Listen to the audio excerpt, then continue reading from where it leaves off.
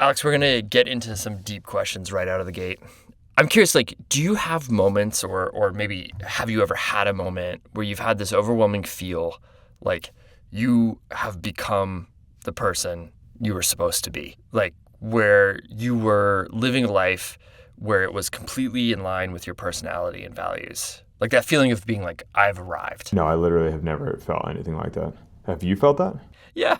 Yeah. You've never felt that? Like, are you still, is that just because you feel nothing? Yeah, yeah, it's good. I mean, it might be because I feel nothing. But even stuff around like, am I a professional rock climber? I'm like, well, I mean, I guess I make a living from climbing now. But it took me like 15 years to actually say, just to call myself a professional rock climber. I'm like, there is no arriving. It's like every day you're just living. Yeah. But what about like maybe when the first time you went and did something big with Tommy? Well, I mean, yeah, I've had days where I'm like, this is amazing. We're amazing. This is incredible. But it's not like I've arrived. It's just kind of like, what a great day. And then you're tired and then you rest the next day and then you're literally looking for the next thing the day after that. Yeah. So it's never complete for you. No. But you have heard like this idea of doors opening. Like you've heard that in life. Like when one door closes, another door opens, right? Yeah, but I normally took that to mean that you lose a job and that means that you're available for this better job that comes along. Yes. Well, but what about the idea of like, I mean, we've all had that like moment where an opportunity shows up, right? And we have to like walk into it and fully commit to it in order to be the version of ourselves that we imagined being. And maybe you've never felt apprehension or fear around that, but I think a lot of people do. And sometimes these are really small decisions. Sometimes they're the decisions we make on the daily, like how we eat, how we treat each other. Sometimes they are the big moments in life where you have to make this leap across the gap from where you are currently in life to where you want to be. I think today's guest has gone through that several times in their life already, or has gone through that several times in his life already. Alex, who are we talking to today? Today we're talking to Jordan Cannon. I've known Jordan for I think 10 years now, which is pretty kind of surprising and makes me feel old. But over that time, Jordan's gone from a really psyched beginner who is just passionate about climbing and passionate about climbing history to one of the more experienced Yosemite climbers climbing today. I mean, he's climbed the El Cap triple, so El Cap 3 times in a day. He's also climbed the Yosemite triple, which is El Cap, Watkins, and Half Dome in a day. But he's also free climbed a bunch of routes on El Cap, free climbed some in a day. I mean, he's climbed widely. He's also amongst just a few openly gay professional climbers. Like, on one hand, that doesn't seem like a huge headline in 2026 in the climbing world. But when you zoom out, you understand that Jordan has been helping build a trail, a path for others to follow. But, before this, we were talking about how in the greater world of sports, it's pretty wild to think that the first openly gay player in the NFL only came out in 2021. In the NBA, it was 2014. I mean, in the NHL, there's never been an active, openly gay player. So it is strange where, on one hand, it doesn't seem like a big deal, but then you step back and you realize it is. I mean, it's easy to take for granted how much progress we've made as a society, and then we hear facts like that, and it makes you realize how difficult and how intimidating it still is to come out as a professional athlete. So today we dive into climbing, Indiana Jones, history, and Jordan's path through life. I'm Alex Honnold. I'm Fitzcall. This is Climbing Gold. My name's Jordan Cannon. I grew up in New England, currently live in Bend, and I'm lucky enough to call myself a professional rock climber. How did you find rock climbing? I was first introduced to climbing when I was pretty young, I think 6 years old in New England. I imagine it must have been like New Hampshire or something, driving on a family trip or something. And yeah, it took my attention, and next thing I remember is kind of obsessing over climbing catalogs from the local gear shop, and then seeing climbing in some Hollywood movies like the Vertical Limit. Oh yeah, that's one of the best. And then just like I had a pretty wild imagination as a kid, and I just liked pretending to be things that I saw in movies like Frodo and Harry Potter and stuff. And so I just started going out in my backyard and in my tree and just pretending to rock climb with like a rope and some homemade quick draws and things. So I was like aware of climbing at a young age is the point I'm trying to make, but I didn't actually get to start rock climbing until I was 18. And so how did you start actually rock climbing as opposed to fantasy rock climbing?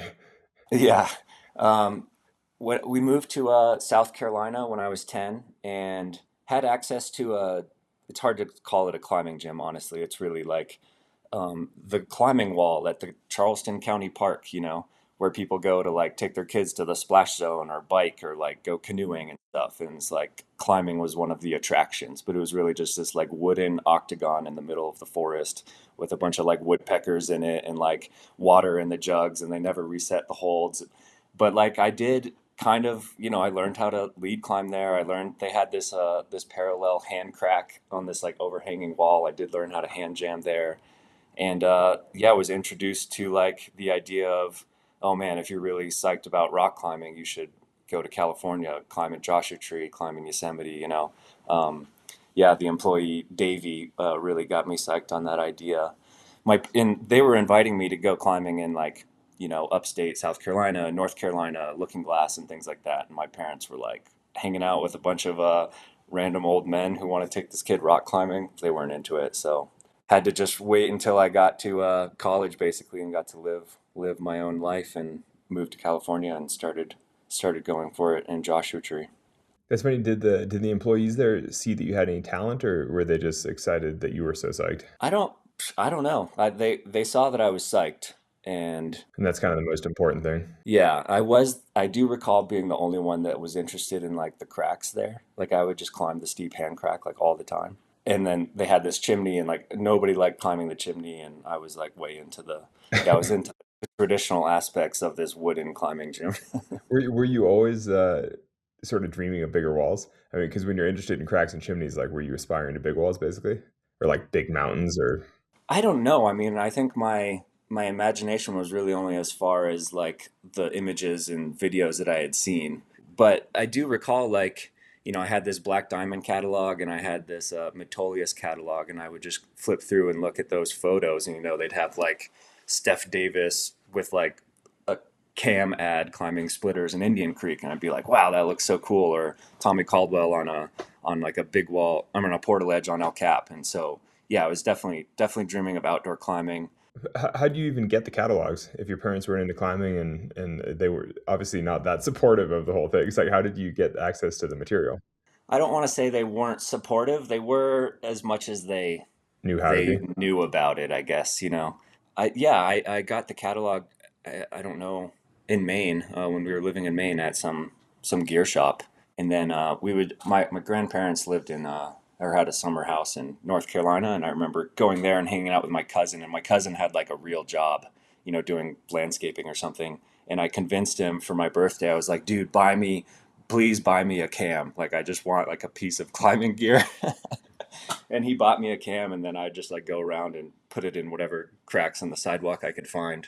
And then I remember, yeah, this then when we moved to South Carolina, like I had like a quick draw and a cam, and I went to the climbing wall, and you know, the employees like put me on belay, and they're like, why do you have this stuff on your harness? I'm like, I'm trying to be a rock climber. Just let me pretend, you know.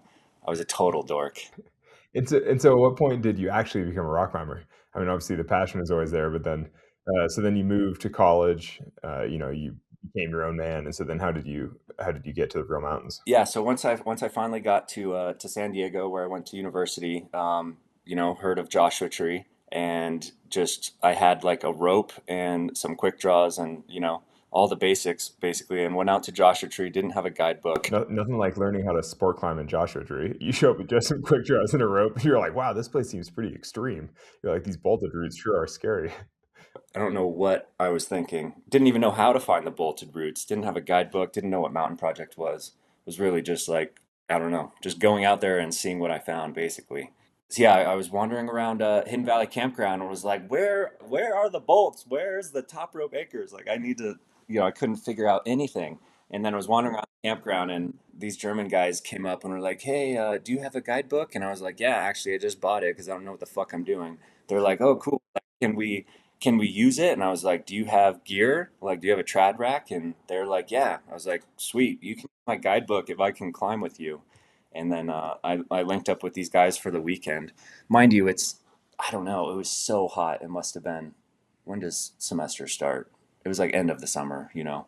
Like Um, September in Joshua Tree or something. yeah, September in Yeah, Joshua like Tree. brutal. And yeah, we rocked up to some like 5-6 on intersection rock, and they're like, "Do you want to lead?" And I was like, fuck yeah, they gave me, like a number one and a number two and a bunch of nuts. And I was like, I know how this works.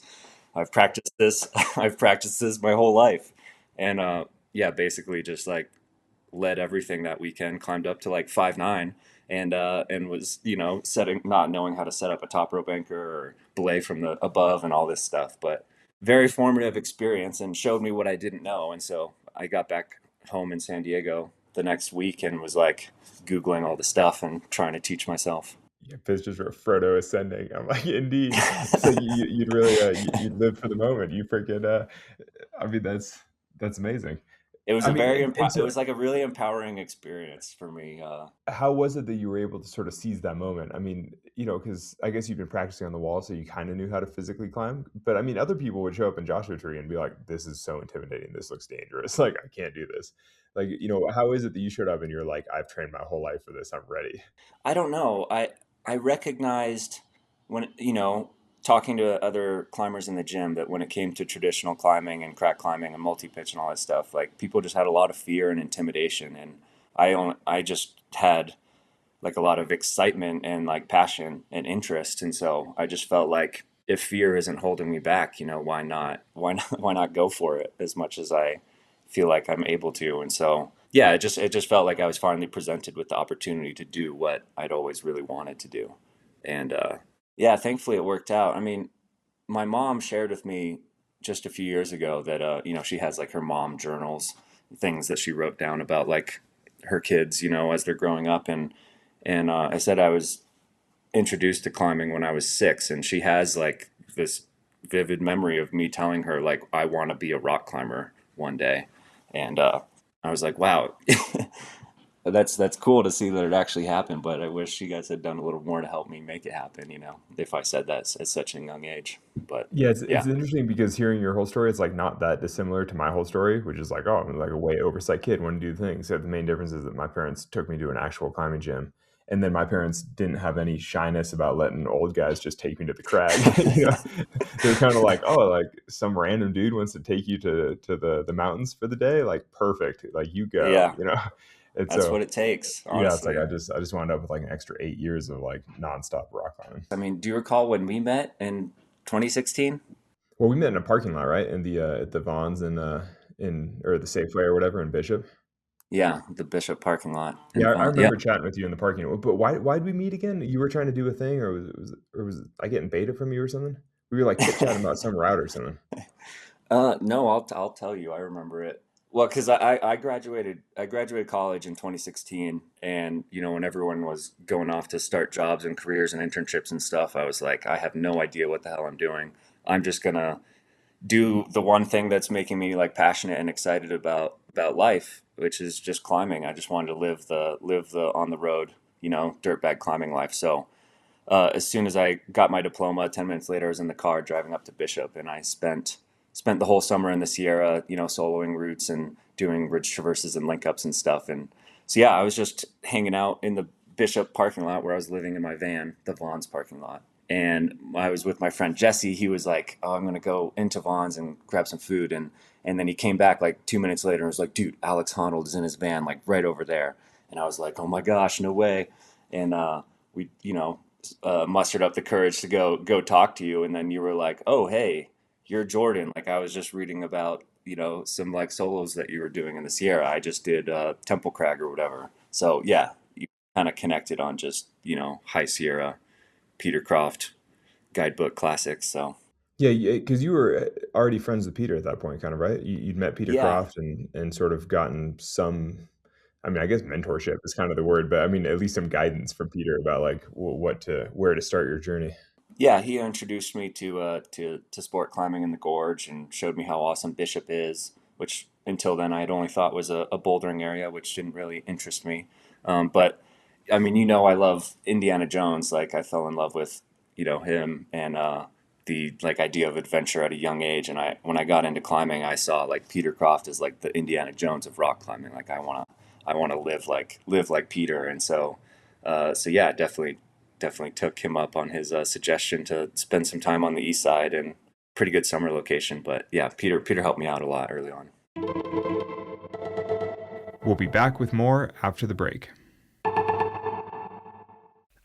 Alex, like, how do you feel about being cold? I prefer to not be cold. Me too. I mean, I can obviously handle some cold, but Yeah. Do you throw in the extra layer? I don't normally throw in the extra layer. I mean, I'd say I don't like being cold, but at the same time, I also hate carrying extra stuff. How does the Summit Series fit into this all? Does it give you the biggest buffer you can get? Yeah, Summit Series gives you the absolute best bang for the buck in terms of weight to warmth to comfort. And it's just such an easy modular kit. It's like you just know which layers to have in which order. You don't have to think about your packing that much. Mm-hmm. Every mission I've done in the mountains with Tommy, I'm always wearing one layer more than him. It's like there's always like one extra layer somewhere in the kit where I'm like, wow, you're not wearing long johns right now? Like, really? But of course, he's a real mountain man that grew up in Estes Park, like 8,000 feet. Oh, California climber through and through. The North Face has you covered with Summit Series. Discover gear designed to take you to new heights at thenorthface.com. So fast forwarding a few years, I mean, you kind of came onto the climbing community radar, let's say. I mean, was it 2020 when the film Freeze Can Be happened? Was that like you and Mark trying to climb the free rider? Yeah, that came out in 2020. So describe that. So you and Mark Hudon, who I'll let you introduce Mark because I mean he's such a classic character. But basically, so just describe Freeze Can Be, and was that kind of like your first moment, appearing on like the full sort of mainstream climbing radar? I was spending the summer climbing at Donner Summit in Tahoe, and got invited to a climbing event, and heard Mark Hudon was going to be there, and this is around the time that I'm really starting to obsess over climbing history and big wall free climbing and all that, and I had read that Mark was trying to free climb the free rider again, in his 60s. And what was his previous history with the route? Yeah, well, Mark and his partner Max Jones had put in the first like serious free climbing attempt on El Cap in 1979 on the Salathé. 79. I forgot how early it was. That's so long ago. I know, and they freed all but 300 feet, and it wasn't until 10 years later or 9 years later that Todd and Paul freed the Salathé in '88. And broke the barrier for everyone. And Mark got out of climbing at that time, so I just thought it was really cool to see him kind of come back into climbing later in life in his 60s, still performing well. And now the freerider variation to the Salathé exists, so it's a bit more like pedestrian or attainable. Yeah, super easy. I mean, anybody can do it. I mean, people don't even use ropes on that anymore. It's like so easy. It's like Oh such my a gosh! and and so I was like, wow, that's really cool. Like here's Mark, like a climbing hero of mine, somebody who's contributed a lot to the evolution of the sport and this thing that I love doing so much, free climbing El Cap. Maybe we could. I'm just curious to see where his I don't know where his effort is. So when I met him, I was like, hey, are you gonna try and climb the freeride again? How's it going? Like, what happened last time? Who's your partner, kind of thing. And he was just like, I'm not that psyched. Like, didn't go that well last time. Like, I don't know. I need a partner. And I was just like, I'm free, like, You're like, I live in my car. Yeah, you're like, I got nothing going on. yeah, I was like, I want to climb the free rider in a day. So, maybe we could work on it together. So, and then we just climbed a little bit that summer at Donner, and then at the Hulk, and just realized we got along pretty well. And yeah, it just kind of worked out. Well, why were you so interested in climbing history? Like how many people know who Mark Hudon is off the top of their head? You know what I mean? Like, I mean, I know his name just because his name's all over the guidebook from Tahoe. So like when I grew up, all these like 511 trad routes that I was trying to do had Mark Hudon and Max Jones as like first ascent, all the like hard things from childhood. But I think the average climber nowadays who starts in a gym in the mid 2000s like just hasn't heard and doesn't necessarily care about somebody's attempt in 1979 at free climbing El Cap. It's like, why is it that you were always interested in that? I think the benefit of learning how to rock climb in California is that you're exposed to a lot of climbing history and the origins of the sport. And I don't know, that always really spoke to me. I just loved history growing up. Maybe there's some tie to that in Indiana Jones, just liking things that are rooted in real history. But yeah, a pivotal moment for me was honestly seeing Valley Uprising. I think that came out. I don't know what year that came out. Like 2014, maybe something like that. Yeah, 2012. it was when I was in college, And until then, I had picked up a little bit of climbing history in pieces through just old magazines and word of mouth and guidebook descriptions and stuff from Joshua Tree and Talk Eats and Yosemite and whatnot. But until that point, like I didn't really have a comprehensive understanding of it. I was just like, yeah, climbing is this thing I like to do. It's a fun activity. But I don't know, the big picture didn't quite click until I saw Valley Uprising and kind of saw the whole, multi-generational comprehensive view and understand that like, wow, climbing isn't just a sport. It isn't just a fun activity. It's like a culture and a history that you can become a part of and contribute to and interact with in a more like meaningful way. You read about these things that other people did and you can go do them yourself. It's not just like, I grew up playing other sports my whole life, and you're never really going to be able to interact with professional sports history in a meaningful way, other than just as an observer. You know what I mean? Yeah, But you climbing, never get to get dunked on by Michael Jordan, you know? no. And so as soon as I saw that film, honestly it changed my life. I was like, the next week I moved out of my apartment and started living in my van, and was climbing as much as I could. It just made my path very clear. I was like, okay, this is what I want to commit my life to, the lifestyle of in the history of climbing. We'll be back with more after the break. Alex, I know that June likes, dare I say, loves waffles. Actually, my girls ate waffles this morning on the way to the airport. Did you just hand them to they're like, get in the car, kids, here's the waffle, and they're good to go? Well, a lot of the time the girls just get into the freezer and just pull the frozen waffles out of the drawer and Make it happen. It's awesome.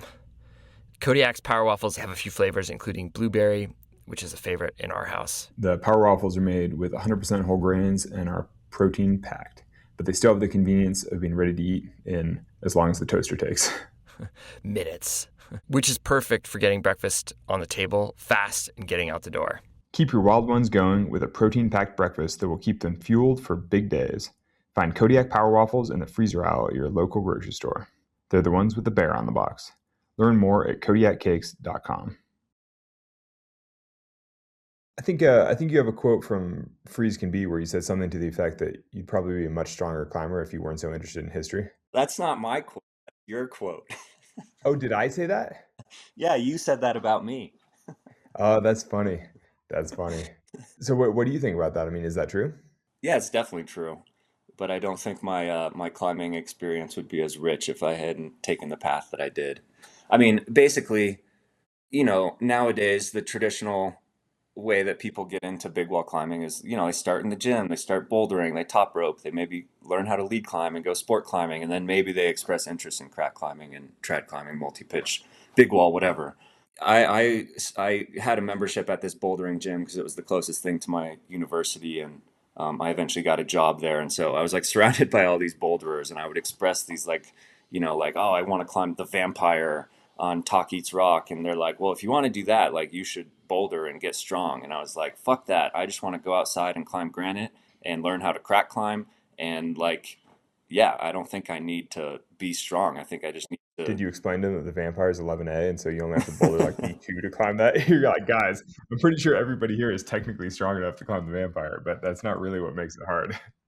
That, yes, exactly. I was like, you guys are all strong, but you're not. I didn't, I was like, there's a difference to being strong and being a good rock climber. I want to like be good before I'm strong in some way. So yeah, my approach to training for the longest time was just climbing, and trying to improve. But of course, there's missed opportunity there, as you know. I'm trying to make up for training time that I didn't have early on, because yeah, strength and power is a definite weakness of mine. But I've gotten by as best I can up to this point. So yes, I would definitely be stronger if I wasn't like psyched on I don't know, pursuing these like historic traditional routes and things. Well, do you think that's something that sort of we as a climbing community miss out on by not remembering climbing history? It's like, I mean, do you feel like there's a missed opportunity there? Or, do you think that we're forgetting the importance of those that have come before us in a way? Or do you think that matters? Obviously, it's always mattered to you, but Definitely, I got the sense of that early on that like the people I was surrounded by seemed to just care too much about performance and numbers and training and grades, and I was like, all those things are great. Yeah, I like sports, I like performing, but that kind of takes away the soul of climbing for me. And I find it so much richer when I'm able to like connect with that history. And so yeah, early on I started kind of sharing about that because I was like, I'm pretty sure I'm having a lot of fun learning about this. I'm going to try and you know educate my peers at the same time. So hopefully that they care a little bit more about climbing history too, because there's always value in looking back at the past and learning from what they did and in how it changed over time. And it also was just clear to me, that like the free rider, for example, free climbing El Cap, the path has been paved by many people. And all you have to do is look at climbing history to see what those people did to develop the skills and the understanding and the technical prowess to be able to go out there and do it yourself. So I think that's the main value to climbing history is yeah, just following in the footsteps of those that came before. Yeah, have you been more attracted to those types of objectives because you're able to follow in those footsteps? I mean, like, the Freeze Can Be project with Max. I mean, were you attracted to that because of the history?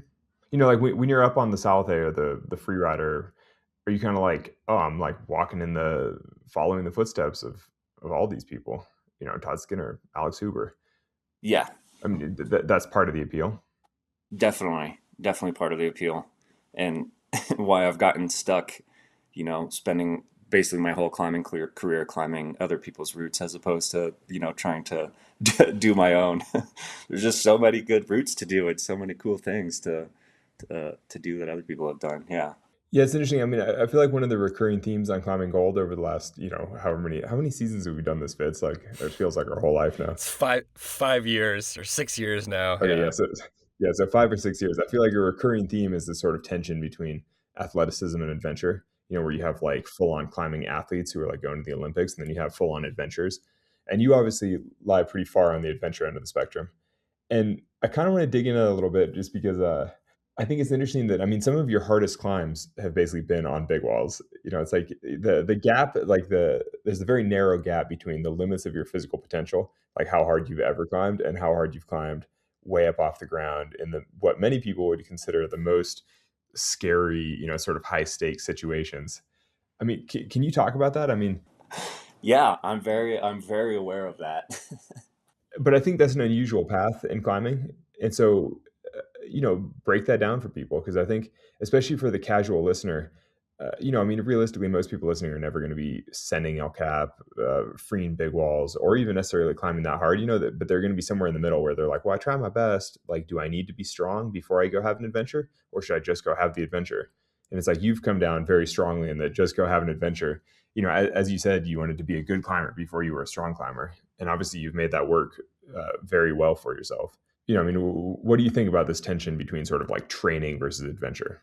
Well, it's interesting you say that because yeah, I did start going very strongly down the adventure traditional path, but as I learned the performance aspects that like my ultimate goals of free climbing El Cap like required, I did get into sport climbing and bouldering a little bit, and so I've kind of balanced out in the middle, I would say, from like the performance aspect of climbing and the adventure aspect, because as you know, that's what it really takes to be a professional climber and to climb at a high level. Well, so talk about your journey because I mean, this year you just climbed your first legit 514. I mean, in a lot of ways, you're sort of physically peaking right now. I mean, it represents the strongest you've probably ever been, or certainly close anyway. So, I mean, what inspired this newfound, inspiration for training? It's like, the adventuring has gotten you so far. What's drawn you towards the physical side now? Well, I guess in 2020 I had my best year ever. Actually, after staying at your cabin in South Lake Tahoe during COVID, I remember texting Jonathan Segrist and being like, "Okay, I have, you know, we're in it. in lockdown for 2 months. I have access to a moon board. Like, what should I do? And he was like, just climb on the moon board as much as you can. Like, if you've never done that, you're gonna get a lot stronger. And Did that work? yeah, I came out of COVID like a butterfly, just all powered up. Or not a butterfly, like a Pokemon or something. And yeah, that year I had kind of a benchmark year. Climbed my first 13D. Finally climbed Midnight Lightning in the valley. Did Cosmic Debris. Just kind of across the board, and then climbed Golden Gate in a day. Yeah, that was the best season I had ever had, and it was highly attributed to embracing a little bit of training, climbing on the board, and then 2 months of moonboarding in my garage. yeah, and then honestly, not being able to go to Yosemite in the spring. Like I climbed in Tahoe all that summer, and then went to my first like sport climbing trip to Ten Sleep, and then to Rifle, and then landed in Yosemite in the fall, and was just, yeah, felt at a much higher level of performance than it ever been. And so yeah, that really showed me that, okay, I need to embrace these other styles of climbing, a little bit of periodic training here and there, and then I can do bigger adventures throughout the year. Like in a way, 2020 seems like your first glimpse of like, oh, it turns out training can allow me to do bigger things. And then you sort of coasted on that for 5 or 6 years where you're just like, you know what, I'm gonna like keep having adventures, keep focusing on projects, like keep sort of following my dreams until you suddenly hit a point where you're like, you know what, I actually need to train if I want to do harder things again. Yeah. Uh, Sadly, the thing that happened, I tried to end that year at the VRG trying to climb my first 514, and I kind of burned myself out after a big year. Coming after off of a big Yosemite season, I was just really tired and a little depressed, living in my minivan in the cold desert by myself. I kind of felt like I had arrived at this new level of performance, and ignorantly, naively, like kind of thought that it was just gonna stick around, and I kind of fell off. That's when I realized that, gosh, climbing performance is pretty hard to hold on to, and you have to do it Fickle. all. You have to do it all the time, in a sense, to keep it up. So yeah, I had some highlights, through 2021 to 2025, but just really struggled to find the flow of the right balance of training and the right balance of adventuring. Well, maybe you should talk about the other big thing from 2021, though. I mean, so you publicly came out in Yeah. the spring of 21. I mean, talk about how I mean, did that impact your climbing? I mean, that was obviously a big moment in your life, I mean, talk about that. Yeah, I came out in May of 2021, and at the time, everybody was the story that people were projecting onto me is like, "Oh my gosh, you're going to climb so much better now. You've been carrying around this huge weight. You're going to be so free and light, and you're just going to send your hardest." And I kind of bought into that and thought that it was true. And honestly, coming out, if anything, became a little bit more of a distraction for me in my climbing, because up to that point, I had really kind of viewed like my climbing life and my personal life as totally separate things. Like, climbing was the thing that I immersed myself in because I couldn't face the like my actual personal life. And so yeah, 2021 was really the like trying to meddle those two things together. And really what that did, I mean, made my life, infinitely better in ways I couldn't have imagined beforehand. But it kind of just distracted me a little bit from climbing. I was like, wow, this is the first time that I feel kind of comfortable, yeah, not just immersing myself in climbing. I can kind of embrace all the aspects of myself, and not be afraid to, yeah, express them. Was it hard for you to decide to come out? I mean, was it a big decision to publicly come out? Oh yeah, I basically lived my whole life thinking I was going to take that to my grave, and had just accepted that, yeah, I'm just going to be single and alone, and I'm never going to tell anybody about this. I mean, that's hardly even accepting it and confronting it for myself. I just kind of packaged it away and told myself I'm just going to focus on rock climbing. Had you been using climbing as an escape? I mean, were you using climbing as just like, oh, I can focus on this thing rather than confronting all the serious issues in my personal life? Like, I mean, like It's like a way to procrastinate where you're kind of like, well, I have all this personal work I probably should be doing, but instead I'm going to go send some other random 5'9" mountain traverse in the Sierra. Yeah. Yeah, you're not wrong. I was definitely distracting myself in climbing, and I don't think that's an uncommon thing for people. It is a pretty immersive, you know, sport. It consumes people's lives. But the ironic thing that I didn't realize at the time, maybe I did on some like subconscious level, is it was actually like not climbing necessarily. I did gain a lot of like personal confidence and through climbing that I wasn't able to get in other areas of my life. But it was really like the climbing community that created like the environment for me to even be able to accept myself, if that makes sense. Yeah, yeah. Describe that. What do you mean? Because I I grew up in very religious circles. I grew up in very conservative circles, and that definitely influenced like the views I had about myself and my sexuality and whether or not I would be able to share it. But then once I moved to California, obviously being in California, a more liberal state, but then getting into a niche sport like rock climbing, where people are just historically, if you look at the history of climbing, like people, it's for the misfits, it's for the outcasts. So I always kind of felt a little, yeah, kindred with those spirits, I guess, as somebody who felt different.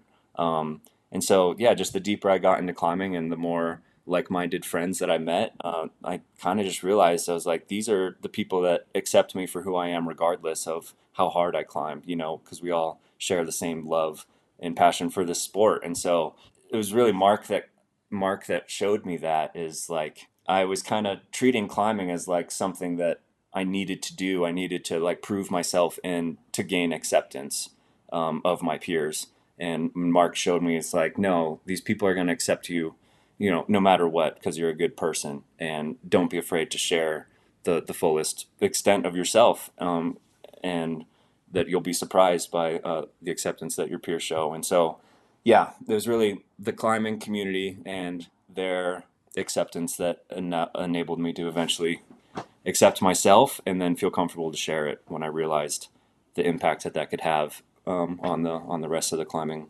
community.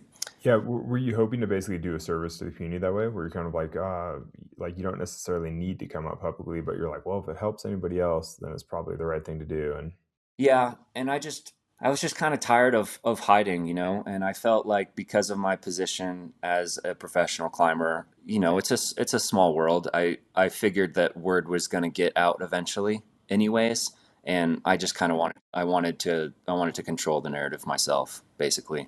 And I didn't want to give other people that opportunity. So it was kind of just like ripping the band-aid off a little bit. It was easier to, after I told all my friends and family, just to tell the whole climbing world and get on with it. And and yeah, my whole my whole climbing life, as I've aspired to do the things that my heroes have done, I've always kind of wondered like what it takes to do something groundbreaking. Oftentimes, I think like Max and Mark, for example, when they went up to try and free climb the Salathé before people were really even like considering free climbing on El Cap, they weren't going up there knowing that they were making history. They were just going up there doing what they were naturally and intrinsically inspired to do. And, on the back end of it, it actually ends up like making history. And so, yeah, I've always wanted to do something like that in climbing. I don't think I have. I've only repeated things essentially, but when I realized, I was like, man, yeah, the first gay male professional climber, like maybe that's my thing. Maybe that's the thing that I can contribute to the climbing world. And I wish it was had a little bit more to do with climbing performance, but it's something. So yeah, I just accepted that and realized, yeah, this is a way that I can contribute.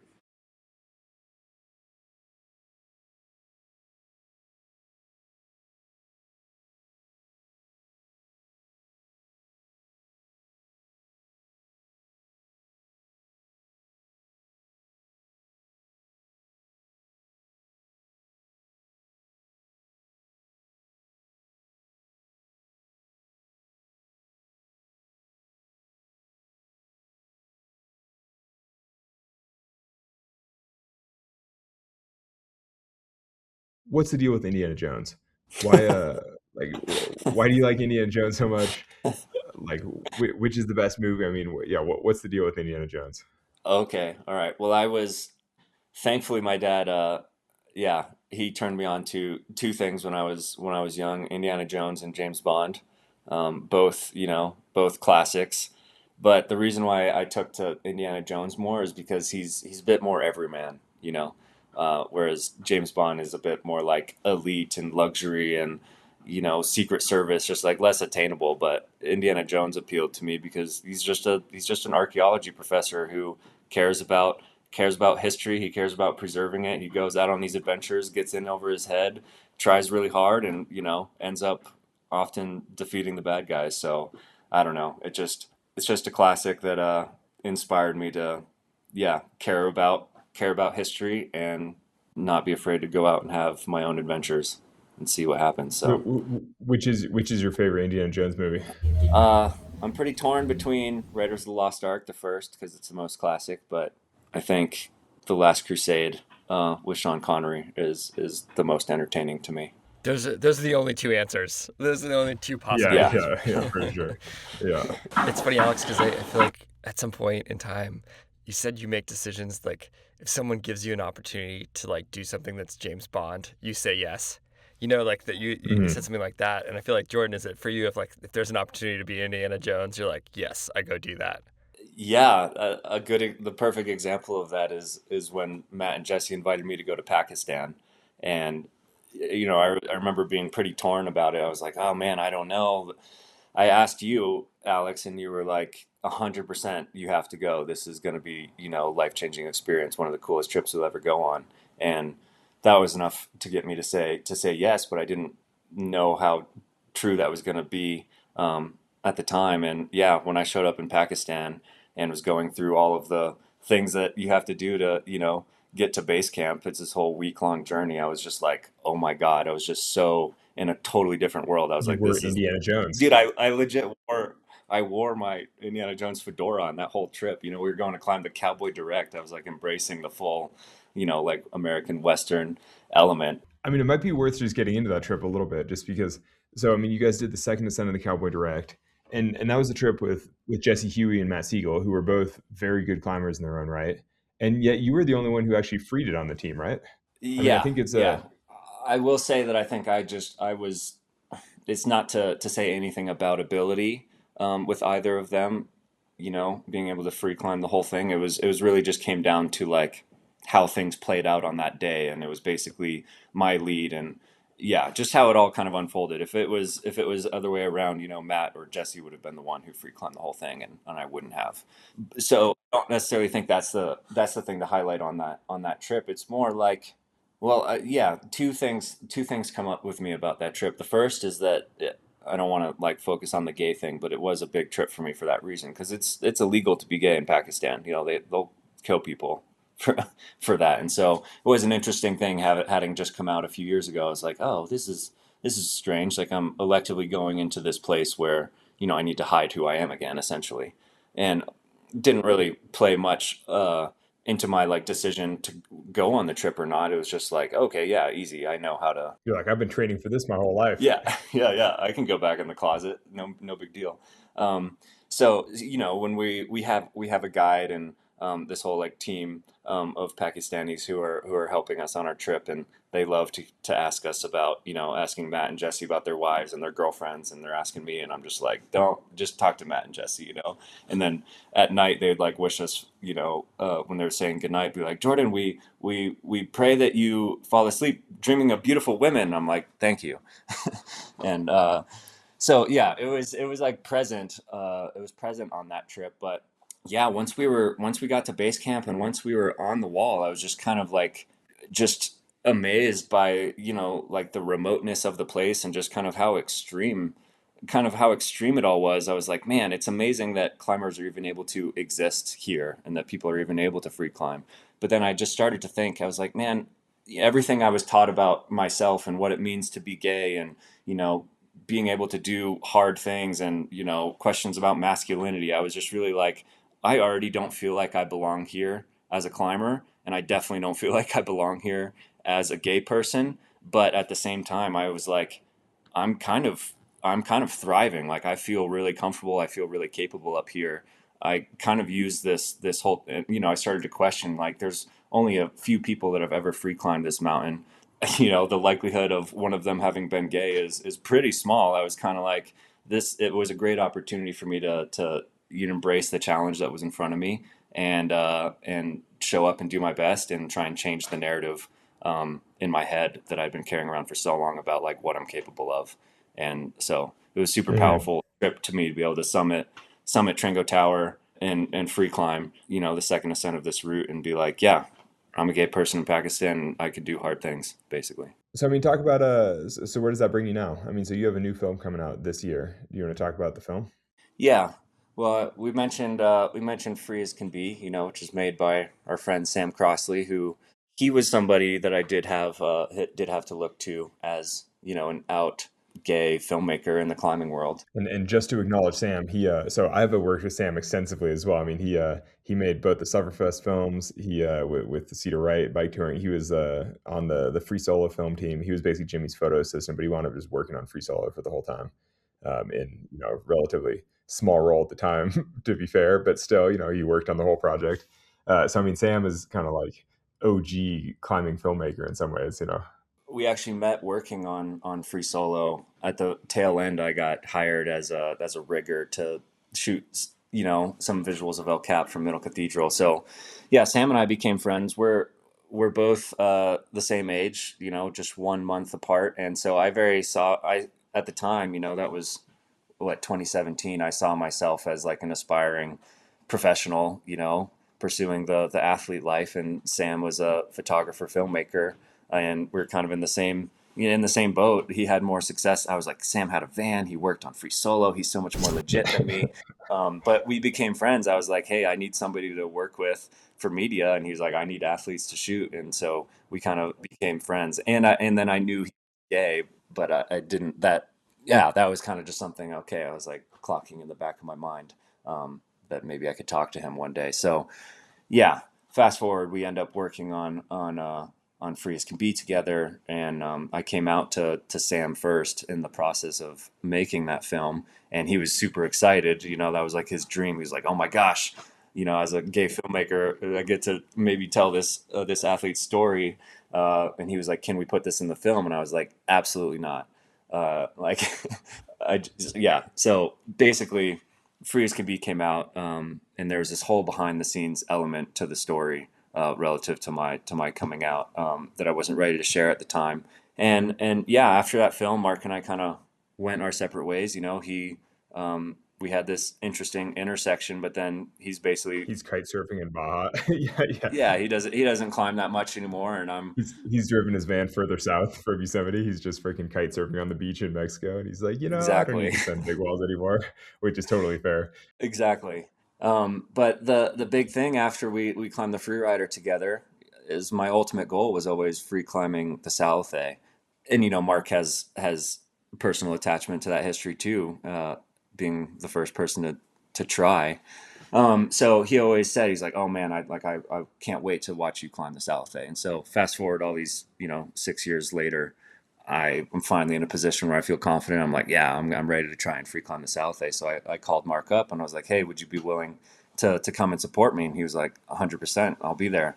And then all of these things have changed since then in my personal life. So it just felt like a good full circle opportunity to, tie back into this, my story with Mark, and then make another film with Sam, and be yeah, share the full story basically. So in my mind, it's Free as Can Be part two, but it's rooted in the Salothe, and then yeah, we're just trying to share the story that wasn't told, when it could have been. I mean, are you proud of it? Are you excited for it? I mean, it seems like a big step. I mean, it's a nice step forward from Freeze Can Be in a way where you're like, oh, you're climbing a harder route, still friends with the same partner. Now you're publicly out. It's like you can work through a lot of things with family. It's like, in a way, that's great. Yeah, there's always a part of me that's a little nervous about sharing the full story, but my initial motivation is like, Free as Can Be has become like fairly popular, and people reference it to me often, and I get asked to show it and things. And anytime I watch it, I'm just like, man, it's hard to watch myself at that time, knowing how difficult life was and how much I was struggling and how unhappy I was inside. And it just doesn't feel like a authentic representation of myself. And, I came out a year after that film was released, and I've been able to see, the benefits of that, and how much better my life has gotten. And so I'm just more inspired to have a film that I'm proud of, that feels like a more authentic representation of me. So yeah, I'm excited for it. I'm proud of it. I mean, it's interesting that to hear you say that Freeze can be. I mean, it's obviously you're proud of the film, but that you feel like it doesn't totally represent you. I mean, I guess that's the sort of insidious, like, hard side of being closeted for so long. It's like that anything you do while closeted, you're like, well, that's not really me. Yeah. I mean, is that kind of what you're getting at? Yeah, to some extent. I mean, at the same time, the film isn't really about me. It's more about Mark, and it's more about our partnership. So it's not necessarily that it wasn't a true representation of me. It's more just I know what was going on behind the scenes, and I know what was omitted, basically, that could have made the story better. And so it's more just like I don't want to keep that story in the dark anymore. What do you think you learned from a year climbing with Mark and shooting with Sam? It's like, what do you think you gained personally from the whole experience of making Freeze Can Be? I think the biggest thing I learned from Mark the few years that we climbed together is that at the end of the day, you have to make yourself happy. You can't rely on other people to make yourself happy. What that meant for me is really taking responsibility, for myself, and realizing the thing that was preventing me from ultimately being happy, and owning it, and realizing that it's not necessarily my biggest weakness, like I thought. It can be my biggest strength. And so making myself happy, and also just not taking myself too seriously at the same time. Mark really has a kind of easygoing, fun attitude, and I can tend to be a little too intense, and give things more weight than they deserve. So learning to let go a little bit, and embrace embrace the fun aspects of climbing, and yeah, make myself happy, I guess.